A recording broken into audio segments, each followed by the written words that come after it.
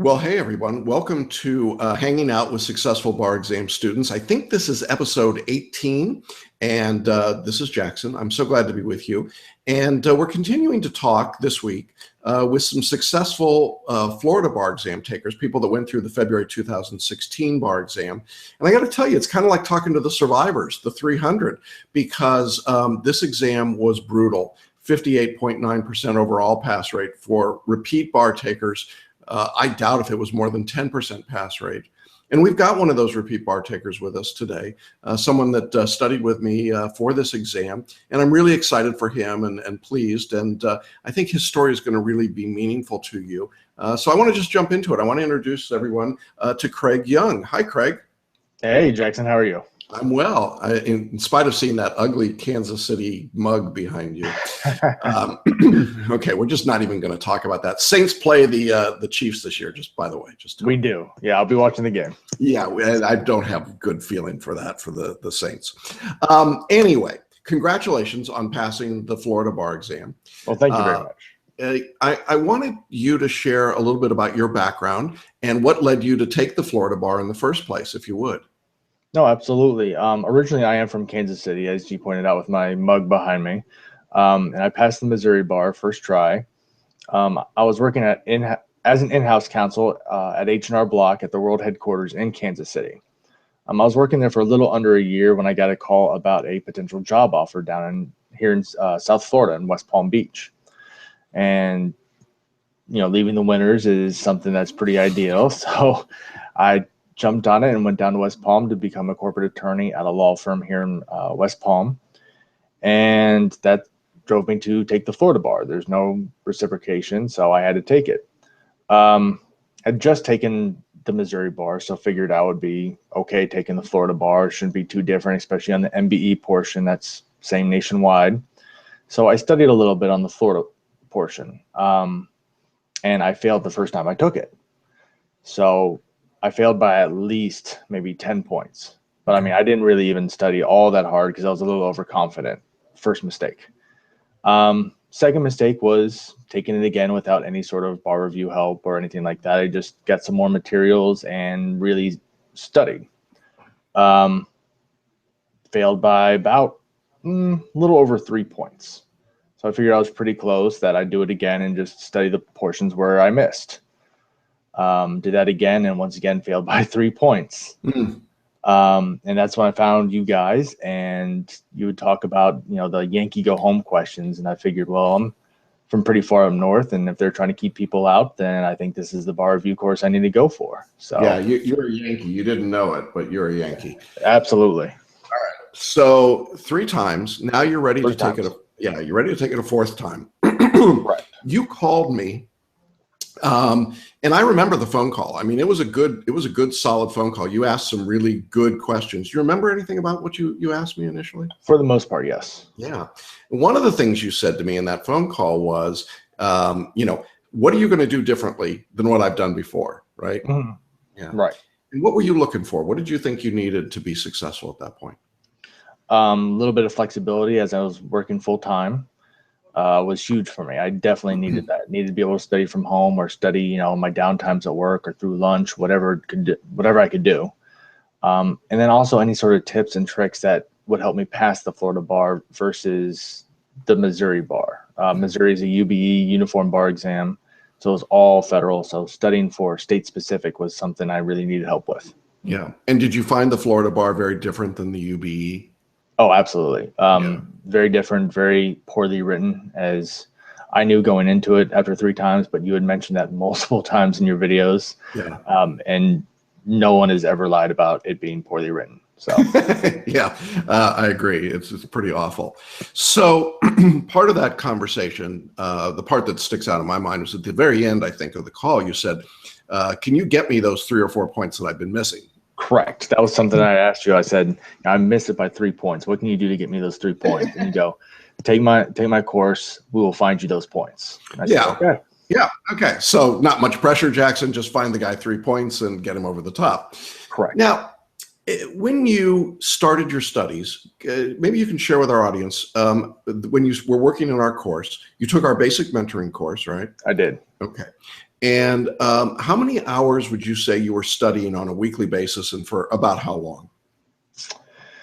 During the week, it was probably between 3 to 4 hours. Yeah. I'd come home from work. I'd get off work about 6, start studying about 7 or 7:30 till about 10:30, 11 at night.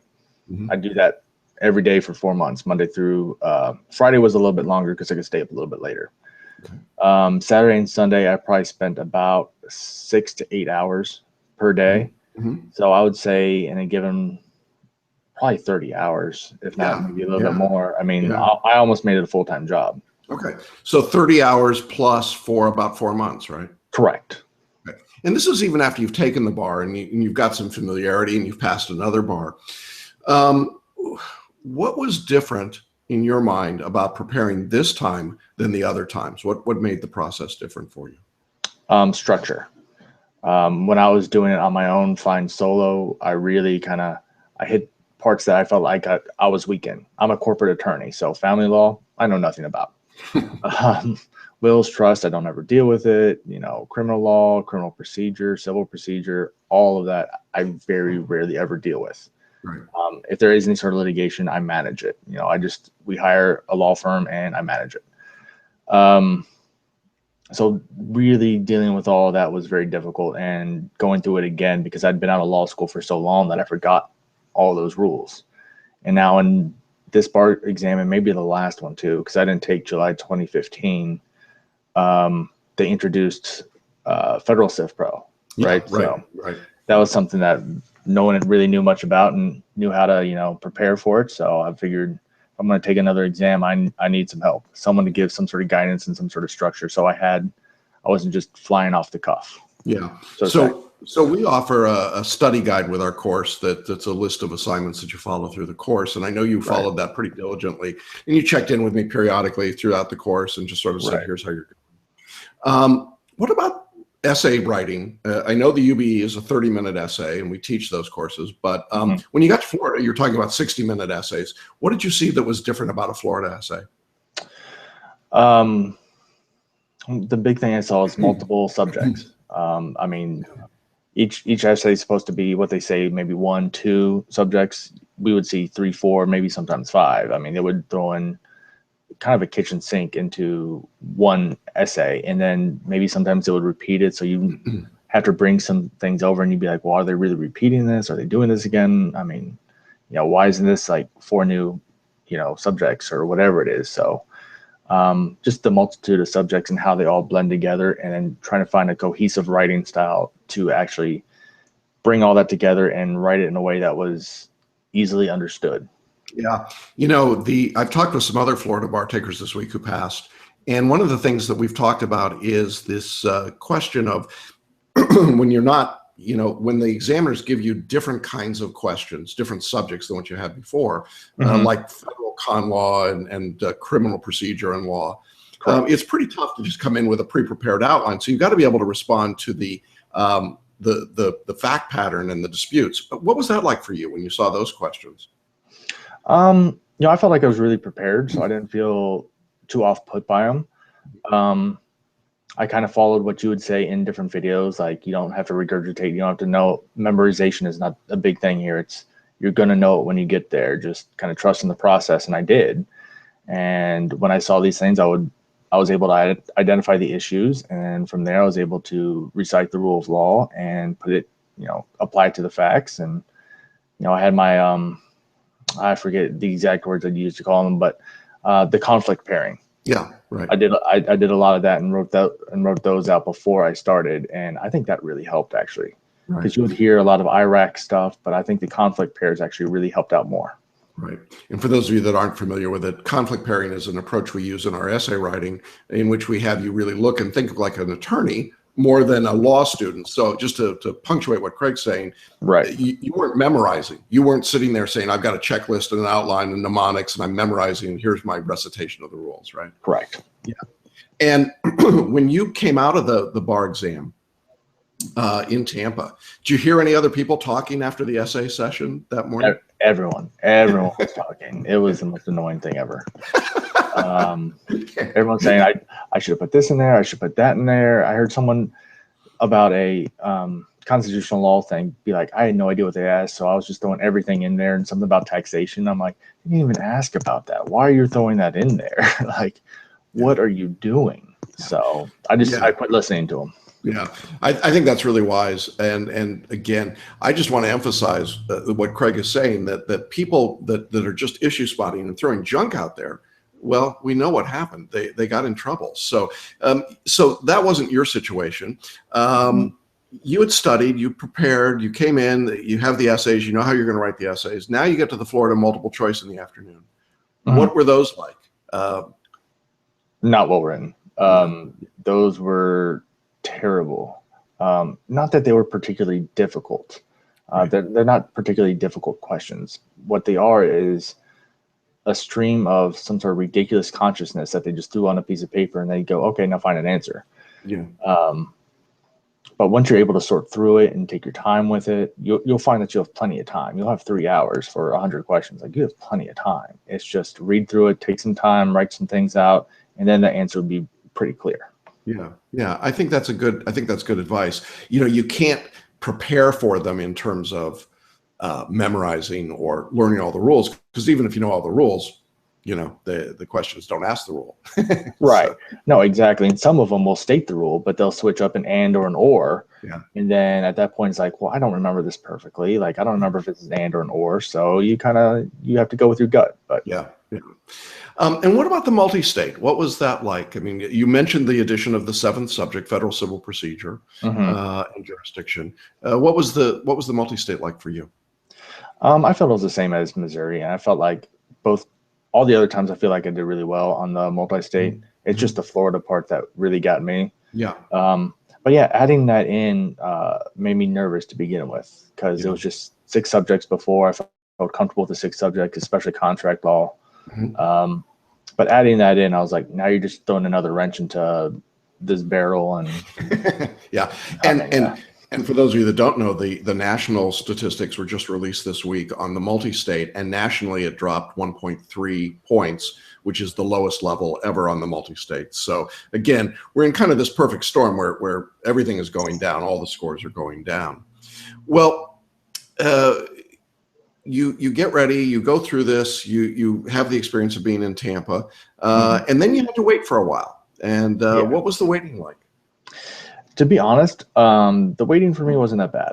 I'm so busy with work as it is. I just started a new position in January as general counsel for a national company. Cool. Congratulations. Thank you very much. So located here in West Palm. So it was really important to me that I passed the test. And there were some sleepless nights where I would wake up in night sweats every once in a while.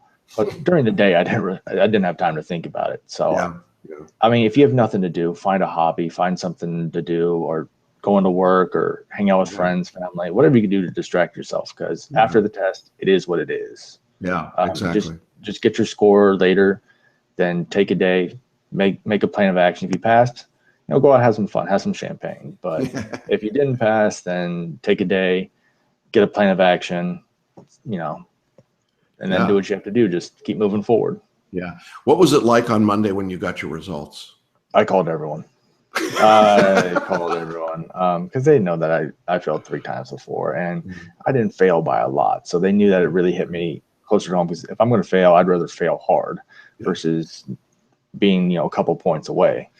So those last 3 hit me really hard. But man, this time I was jumping around. I was doing all sorts of things. I had to leave the building because I was, so excited, and I can't sit here in the office and just yell. So. Yeah, it doesn't really work well for a general counsel to be yelling, and people get a little nervous. No, right. I think one of the things that's interesting about your story, Wayne, or Craig, is that when you're close to passing, there is this sense of you should just do more of what you did before and do it a little better, and you're going to get over the top. And one of the things I said to you was, you're probably going to have to sort of break everything down, start all over again to get over the top. You remember that part of our conversation? It was sort of like, best advice again, because that was exactly true. Yeah.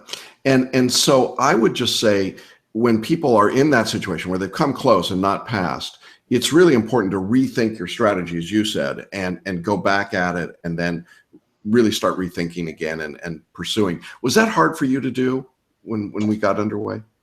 Um, no, because I guess I was flying by the seat of my pants the last couple exams. So Mhm. when I took the UBE, yeah, I had a bar prep course that I got out of law school, and it worked out well for me.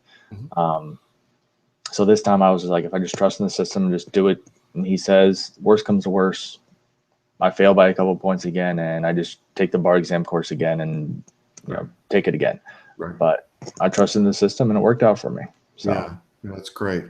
What, we've got a lot of people who listen and watch these broadcasts, and a lot of them are repeat bar takers, and certainly in this environment, even more and more. Mhm. The discouragement that I hear from people when they failed is pretty enormous. I thought that one of the things when I spoke to you was how uh, level you were, how you weren't. I mean, you were disappointed when you had not passed, but you were not despondent. You were sort of like, okay, I'm just going to do the work. I mean, pretty much, okay, I get it. I understand what I got to do. If you were giving advice to somebody who's in your situation now, what would you be telling them? Just put your head down and keep going forward. I mean, it is what it is. You can't go back and change the past, but you Right. could affect the future. So at that point, just keep looking forward, keep marching forward, and put in the work. I mean, nothing's going to be handed to you ever. Yeah. So you always have to work for it. And if you want it bad enough, you work for it. If you don't, you'll find a different career and hopefully you're successful. But, Yeah. Yeah. keep marching forward. Yeah, absolutely. Well, I think that's great advice. I'm just so excited for you, and Well, thank you. pleased for you. Me too. Yeah, this is cool stuff. And as I said at the beginning, you're one of the winners, and there aren't a lot of people who can say that after this last bar exam. The pass rate for repeat bar takers was incredibly low, and for out-of-state attorneys, it was low, low, low, low, low. And so, on a lot of different measures, you overcame the odds. And I think that's really encouraging and inspiring to people. And I'm so thrilled that you would share your story with us and with our audience today. Oh, absolutely. Yeah, and I want to wish you the very best in your new position, general counsel, West Palm Beach. Get to work on your tan. Definitely get to get rid of that Missouri winter, which is Well, good. yeah. Yeah. No, absolutely. Yeah, what's wrong with that, right? Well, any other final thoughts or words that you want to share with our audience here today? I mean, if you're on the fence about whether or not to join, to take a bar review course, just do it. Trust in the system. I mean, the financing makes it easy. That's what I did too. So, Yeah. I mean, it's not expensive. It's completely worth it. I mean, when you think about what you're going to make over the course of your attorney career, it's all justified. So take the exam, trust in the process, and then trust in yourself, and you'll be successful. Well, that's great. Great advice. And thank you. I'm so glad that we got the chance to work together. Thanks for being a great student and for sharing your story today. So we're going to sign off for now. Thanks again to everybody who watches and listens to these interviews. And we'll be back with more successful bar exam takers in the days and weeks to come. But for now, hope to see you on the pass list soon. Thanks so much. Thanks, Wayne. Thanks, Thank you. Greg.